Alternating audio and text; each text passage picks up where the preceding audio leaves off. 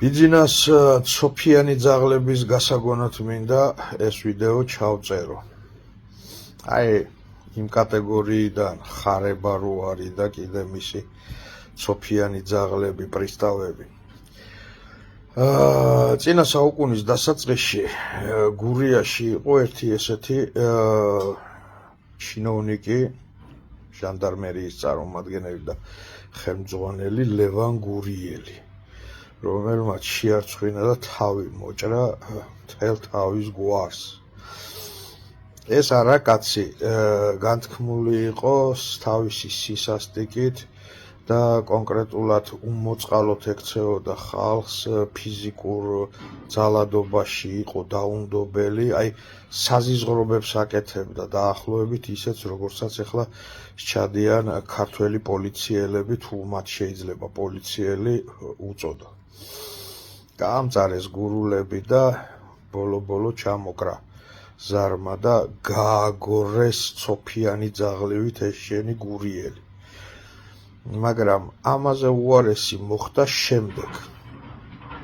გურიაში მაშინდელმა ქოცებმა ვერ მოძებნეს ვერც ერთი მეკუბოვე, რომელსაც ღია ექნებოდა თავისი სახელოსნო და შეძლებდნენ კუბოს შეძენას. მერე ადგნენ შელეწეს ერთ-ერთი საამქრო და იქიდან უბრალოდ მოიპარეს კუბო, წამოიღეს რა.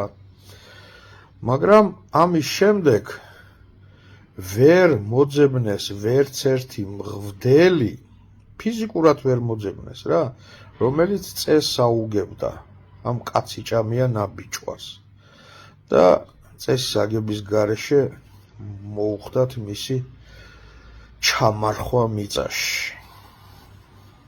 ისტორია ისეთი რამ არის, რომელსაც აქვს თვისება განმეორების. მეორდება ხოლმე ეს ისტორიები. და ლევან გურიელზე უარეს დღეში ჩავარდებით თქვენ ძაღლებო და მამა ძაღლებო. ყველა ქოც გაფრთხილებთ, განსაკუთრებით იმას, ვინც დაუსჯელობის სინდრომით შეპყრობილი, ესოდე საზიზღრად ექცევა ქართველ ხალხს.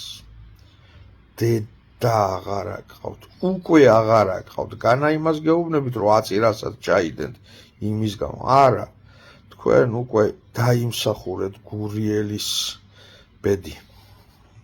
კი, ასეა ეს.